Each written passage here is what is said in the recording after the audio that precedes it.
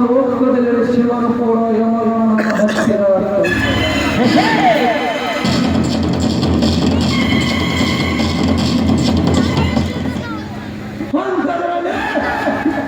ನನ್ನ ಕುತ್ತಿಗೆ ನೇಣು ಹಾಕಲು ರೆಡಿಯಾಗಿದೆಯಲ್ಲ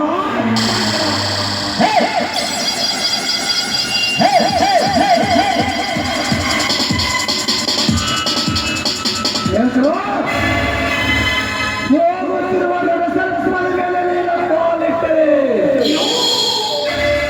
ಅವರಿಂದ ತಪ್ಪಿಸಿಕೊಳ್ಳುವವರೇ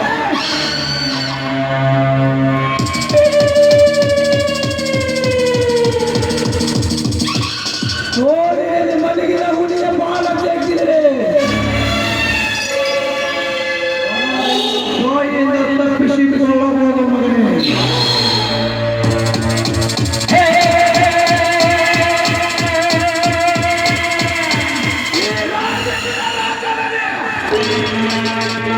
ನಡೆಯುತ್ತಿರುವ ನನ್ನನ್ನು ನನ್ನಿಂದ ನೀನು ತಪ್ಪಿಸಿಕೊಳ್ಳುವುದು ಅಷ್ಟು ಸುಲಭದ ಕೆಲಸ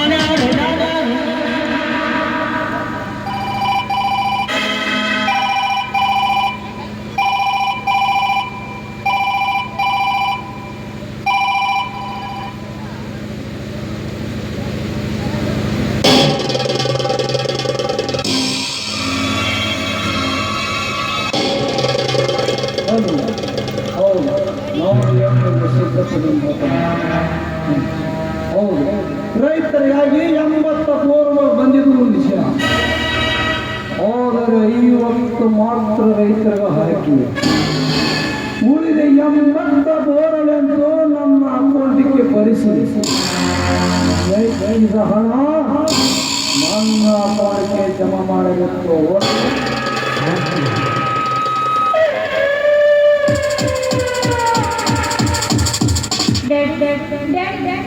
ಏಕಮ್ಮ ಅಳುತ್ತಾ ಓಡ್ತಾ ಗೊತ್ತಿಲ್ಲ ಯಾಕೆ ಏನಾಯ್ತು ಇದಕ್ಕೆ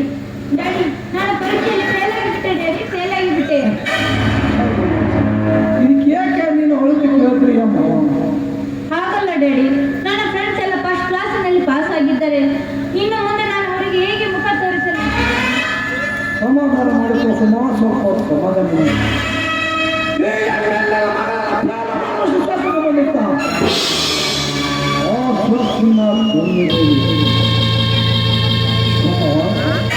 ನೀನು ಒಂದು ನಿಮಿಷ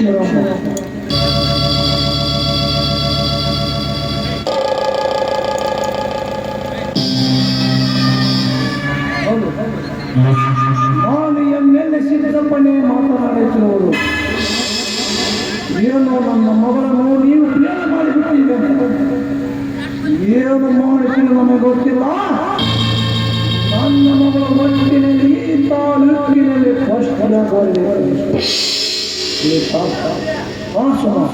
ಅದು ಏನು ನಿನ್ನ ಪೇಪರ್ ಹೇಳ್ತಾ ಇದ್ದಾರೆ ಹಲೋ ನಾನು ಸುಮ್ಮನೆ ಪಾಟೀಲ್ ಮಾತಾಡ್ತಾರೆ ನನ್ನ ಬೇಕಾದ್ರೆ ನಿಮ್ಮ ಮುಚ್ಚಿರೋ ಡಬ್ಬರ್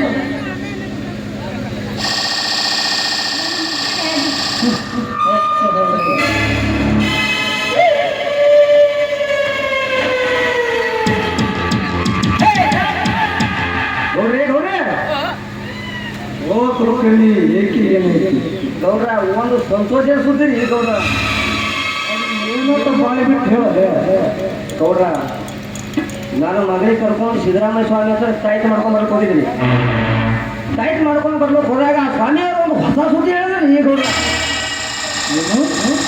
ಹೊಸ ಸುದ್ದಿ ಅದು ಏನಂತ ಬಾಯಿ ಬಿಡಿಸ್ಯಾರ ಗೌಡ ಹೋದಾಯ್ತಾದ್ರೆ ಹೊರಗೆ ಹೋಗ್ಯಾರಿ. ಹೊರಗೆ ಹೋಗಿ ಬೆಟ್ಟ ಬೆಳಗಾಲ ಕುಟ್ಟು ತಪಾಸ್ ಮಾಡಿ ಒಂದು ನಿಧಿ ಕಾರ್ಡ್ ಹಿಡ್ಕೊಂಡ್ ಬಂದಾರ್ರಿ.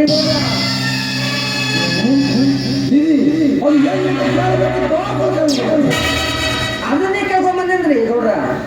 ಆದ್ರೆ ನಮ್ಮ ಬಾಳೆ ಎಲ್ಲ ಹಾವಿನ ಬಾಯ ಹೋದ್ರೆ ಸಿಕ್ಕಾಗ ಕೈ ಹಾಕಿದ್ರೆ ಸಾಕು ಹಂಗೆ ಕಚ್ಚಲಿಕ್ಕೆ ಬರ್ಬೇಕಂತ. ನೀನು ಹೀಗೆ ಸುದ್ದಿ ಬಳಸಿ ಮಾತನಾಡಿದ್ರೆ ನನಗೆ ಏನಂತ ಸ್ವಲ್ಪ ಬಿಡಿಸಿ ಹೇಳಿದ್ರೆ ಮಾತ್ರ ನನಗೆ ತಿಳಿಯುತ್ತದೆ. ಹೌದಾ? ಆ ನಿಧಿ ಇರೋ ಜಾಗ ಬೇರೆ ಎಲ್ಲಿ ಇಲ್ಲ. ಆ ನಮ್ಮ ಹೇಗೆ ಶಂಕರ ಹೊಂದಾಗ್ರಿ ಗೌಡ್ರ.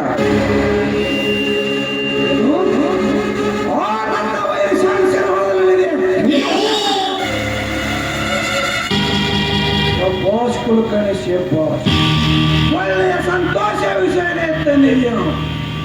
ಆ ಒತ್ತಡ ಇಟ್ಟುಕೊಂಡಿರೋ ಗಡ ಸಿರಪ್ಪಕ್ಕೆ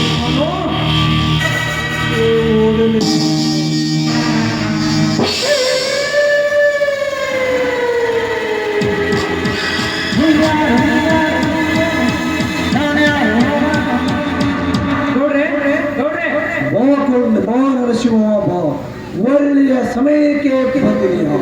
ಯಾಕೆ ನೋಡ್ರಿ ಏನಾಯ್ತು?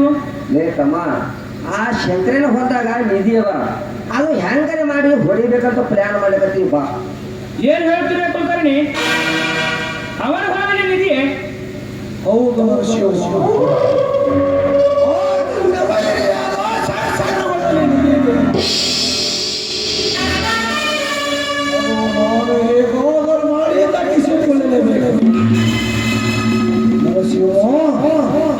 ಇದು ಯಾರ ಕೈಯಲ್ಲಿ ಸಾಧ್ಯವಾಗದ ಕೆಲಸ. ಮನಸ್ಸು ಮಾಡಿದರೆ ನನ್ನದಾಗದಕ್ಕೆ ನೋಡ್ರಿ, ಆ ಹಣೆ ಬರ ಬರೆಯುವ ಅವನಿಗೆ ಆಟವಾಡಿ ಬೇಟೆ ಆಡುವ ಈ ಬೇಟೆಗಾರನಿಗೆ ಆ ನಿಧಿ ತೆಗೆಯುವುದು ಯಾವ ಲೆಕ್ಕ ನನಗ? ತಮ್ಮ ಸ್ವಲ್ಪ ಕಡೆ ನೋಡಿ ಮಾತಾಡು.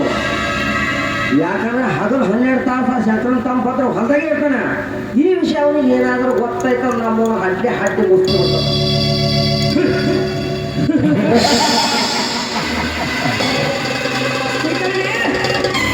ನಿನಗಿನ್ನೂ ನನ್ನ ವಿಷಯ ಚೆನ್ನಾಗಿ ಗೊತ್ತಿಲ್ಲವೆಂದು ಕಾಣುತ್ತದೆ. ಇವಾಗ ಅಂದುಕೊಂಡ ಕಾರ್ಯಕ್ಕೆ ಕೈ ಹಾಕಿದರೆ ಅದಕ್ಕೆ ಬಿಡುವ ಮುಟ್ಟಾರ ನಾನಲ್ಲ.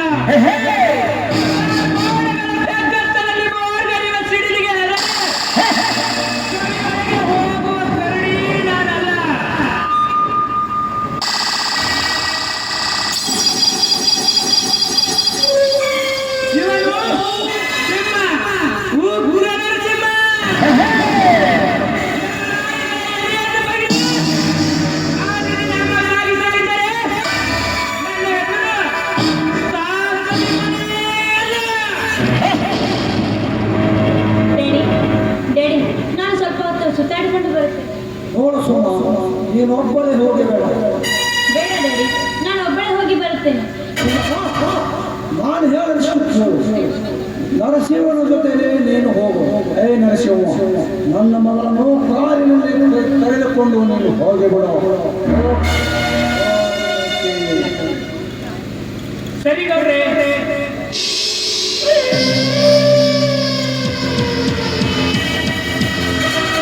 ಲೇ ಕುಲಕರ್ಣಿ, ಎಲ್ಲಿ ಹಾಳಾಗಿ ಹೋಗಿದಿಲ್ಲ ಕಾಲ ಕೆಲಸ.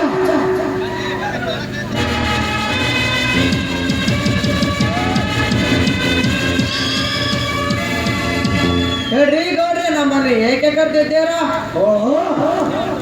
ಎಂದು ಅಕ್ಕಿ ರೇಷನ್ ಏರಿಕೊಂಡು ನನ್ನ ಊರಿಗೆ 3 ಲಕ್ಷ ಬರುತ್ತದೆ. ಈ ಊರಿನಲ್ಲಿ ಯಾರು ನೋಡುವ ಹಾಗೆ ಜೋಪಾನ ಇರಿಸಿಕೊಳ್ಳಬೇಕು. ಅದ್ಯಾವ ಕೆಲಸ ಹೇಳ್ರಿ ಗೌಡ್ರೆ? ಸಜ್ಜನರ ಸದ್ದಿಲ್ಲದೆ ಸಾಧಿಸಿ ತೋರಿಸುತ್ತೇನೆ. ರೇಷನ್ ಏರಿಕೊಂಡ 3 ಲಾರಿಗಳು ನನ್ನ ಊರಿಗೆ ಬರುತ್ತವೆ. 2 ಲಾರಿಗಳನ್ನು ಗೋಡಮನೆಗೆ ಕಳಿಸು.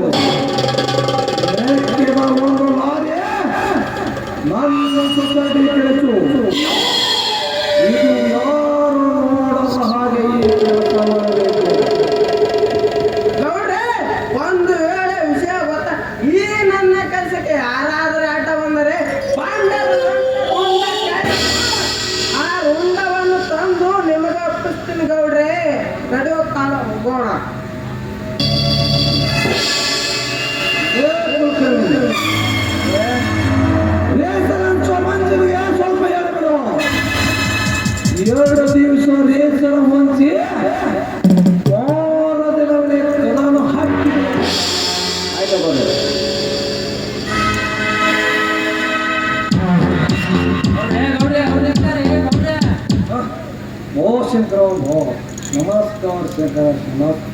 ನಾನು ಜೈಲಿಗೆ ಹೋಗಲ್ಲ ಅಂತ ನೋಡಿಕೊಂಡು ಹೋಗಲಿಕ್ಕೆ ಬಂದಿದ್ದೀನಿ. ನಾನು ಕಬ್ಬಿನ ಬೆಲ್ಲ ಕಟ್ಟಿಲ್ಲ ಅಂತ ಮಗನೇ ಈ ಶಿವರು ಮಾಡಿ ಆ ಪೇಪರದಲ್ಲಿ ಕೊಡುವ ಹಾಗೆ ಮಾಡಿ ನಿಮ್ಮ ಮನೆ ತನಕ ಬರೋದಕ್ಕೆ ನಾಚಿಕೆ ಆಗಲ್ಲ. ಗೌಡ್ರೆ ಏನು ಹೇಳುತ್ತಿರುವಿರಿ? ನಾನು ನಿಮ್ಮ ಮೇಲೆ ಕಂಪ್ಲೇಂಟ್ ಕೊಡೋದ? ಯಾಕೆ ಏನೋ ಈ ತರ ನಾಟಕ ಮಾಡೋದು ನಾವು ಗೌರ್ಮೆಂಟ್ ಕಂಪ್ಲೇಂಟ್ ಕೊಟ್ಟು ಈಗ ನಾಟಕ ಮಾಡೋದು ನಾವು ನಮ್ಮ ಜೀವನ ಮಾಡಿದ್ರು ಮಗ. ಕುಲಕರ್ಣಿ, ನಾನು ಗೌಡ್ರ ಮೇಲೆ ಕಂಪ್ಲೇಂಟ್ ಕೊಡದ? ನಾನು ಯಾರು, ಅವ್ರು ಯಾರು? ಅವರು ನಮಗೆ ಅನ್ನ ಹಾಕುವ ದೇವರು. ಅವರು ಹಾಕಿದ ಅನ್ನ ತಿನ್ನುವ ನಾನು ಆಳು. ನಾನೊಬ್ಬ ರೈತನೇ ಇರಬಹುದು, ಆದರೆ ನಮ್ಮಂತ ರೈತರಿಗೆ ಹಣ ನಾವು ಬೆಳೆದ ಬೆಳೆಗೆ ಬೆಲೆ ಕೊಟ್ಟು ಕೊಂಡುಕೊಳ್ಳೋರು. ಮೇಲಾಗಿ ಅವರು ರಾಜಕಾರಣಿಗಳು, ಇಂಥವ್ರ ಮೇಲೆ ನಾನು ಕಂಪ್ಲೇಂಟ್ ಕೊಡೋಣ? ಅಂದರೆ ನೀನು ಕೊಟ್ಟಿಲ್ಲ ಅಂದ್ರೆ ಮತ್ತಾರ ಕೊಟ್ಟಿರುವ ಈಗ ಇವ ಬಾಯಿ ಸತ್ತ ಮನುಷ್ಯ ಅದ ಅಂತ ನಮಗ ಗೊತ್ತಿತ್ರಿ. ಮತ್ ಇವ ಕೊಟ್ಟಿಲ್ಲ ಅಂದ್ರೆ ಮತ್ತೆ ಯಾರು ಕೊಟ್ಟಿರ್ಬೋದು? ಗೌಡ್ರ ಆ ಭದ್ರನೇ ಕೊಟ್ಟಾನೆ ಬಡ. ನೋಡು ಶಂಕರ, ನೀನು ಒಳ್ಳೆಯ ಮನುಷ್ಯ ಅಂತ ನನಗೆ ಚೆನ್ನಾಗಿ ಗೊತ್ತು. ಏನು 3 ಅಕ್ಷರ ಕಳ್ತಲ್ಲ? ಓ ನಿಮ್ಮ ತಮ್ಮನ ಭದ್ರೆಗೆ ಹೇಳು ನನ್ನ ವಿಷಯದಲ್ಲಿ ಅವನು ಬರಬೇಡ ಅಂತ. ಗೌಡೆ, ಈ ವಿಷಯ ನನಗೆ ಗೊತ್ತಿಲ್ರಿ ಅಪ್ಪ. ಅವ ಮಾಡಿದ ಈ ಕೆಲಸ ನಿಜವಾದ್ರೆ ಅವನಿಗೆ ನಾನು ಬುದ್ಧಿ ಹೇಳ್ತೇನೆ ಅಪ್ಪ. ಅವನ ಪರವಾಗಿ ನಾನೇ ನಿಮ್ಮ ಹತ್ರ ಕ್ಷಮೆ ಕೇಳಿಕೊಳ್ಳುತ್ತೇನೆ. ಅಂದರೆ ನೀನು ಬಂದ ವಿಷಯ ಗೌಡ್ರೆ, ಅದೇನೋ ನಮ್ಮ ತಮ್ಮ ವಿಜ್ಞಾನಿಗೆ ಮಿಲಿಟರಿಯಲ್ಲಿ ಕೆಲಸ ಸಿಕ್ಕಿದೆ. ಆ ಕೆಲಸಕ್ಕೆ ಸೇರಬೇಕಾದ್ರೆ 1 ಲಕ್ಷ ರೂಪಾಯಿ ಹಣ ಕೇಳುತ್ತಿದ್ದಾರೆ. ಅದಕ್ಕೆ ನೀವು ಹೇಗಾದರೂ ಮಾಡಿ 1 ಲಕ್ಷ ರೂಪಾಯಿ ಹಣ ಸಹಾಯ ಮಾಡುತ್ತೆ. ಅದನ್ನು ನಾನು ದುಡಿದು ಮುಟ್ಟುತ್ತೇನೆ ಗೌಡ್ರೆ, ಮುಂದೆ ದುಡಿದು ಮುಟ್ಟುತ್ತೀನಿ. 1 ಲಕ್ಷ ಹಣ 1 ಲಕ್ಷ ಹಣ ಕೊಡಬೇಕಂದ್ರೆ ನನ್ನ ಮನೆಯನ್ನು ಅತ್ಯಂತ ಸಾಲದಿಂದ ತಿಳಿದುಕೊಳ್ಳಬೇಕು. ಗೌಡ್ರೆ, ಹಾಗೆಲ್ಲ ಮಾತನಾಡಬೇಡ್ರಿ ಗೌಡ್ರೆ. ನಮ್ಮ ತಮ್ಮ 3 ದಿನದಿಂದ ಹೊತ್ತಾಯ್ತು ಊಟ ಮಾಡದೆ ಹಾಗೆ ಕುಳಿತಿದ್ದಾನೆ. ಕುಳಿತಿರುವುದನ್ನು ಕಂಡರೆ ನಮ್ಮ ಹೊಟ್ಟೆಯಲ್ಲಿ ಖಾರ ಹಾಕಿದಷ್ಟು ಸಂಕಟವಾಗುತ್ತಿದೆ. ಹೇಗಾದರೂ ಮಾಡಿ ಈ ಬಡವನ ಮೇಲೆ ಕರುಣೆ ತೋರಿ ಹಣ ಕೊಡಲು ದೊಡ್ಡ ಮನಸ್ಸು ಮಾಡ್ರಿ ದಣಿ ನಿಮಗೆ.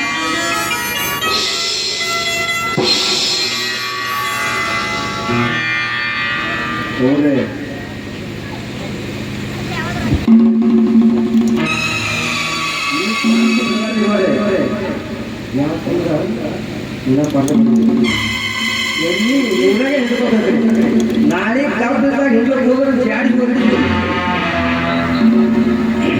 ನೋಡು ನಿಮ್ಮ ತಮ್ಮನ ನೌಕರಿಗೆ ಹಣ ಬೇಕಾದರೆ ನನ್ನ ಕಂಡೀಷನ್ ಗೌಡ್ರೆ, ಹೇಳಿದ ಎಲ್ಲ ಕಂಡೀಷನ್ಗೂ ನಾನು ಒಪ್ಪುತ್ತೇನೆ ಗೌಡ್ರೆ. ದಯವಿಟ್ಟು ಅಂತ ಮಾತ್ರ ಹೇಳ್ಬೇಡ್ರಿ ಗೌಡ್ರೆ, ನಿಮ್ಮ ಕೈ ಮುಗಿದು ಕೇಳಿಕೊಳ್ಳುತ್ತೇನೆ.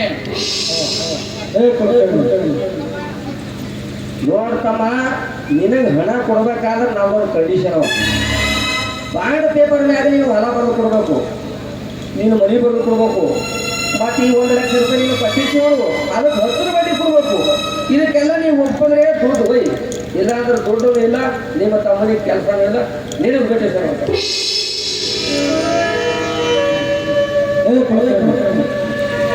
ನನ್ನ ಬಳಿಯಲ್ಲಿರುವ ಹಣವನ್ನು ಅವನಿಗೆ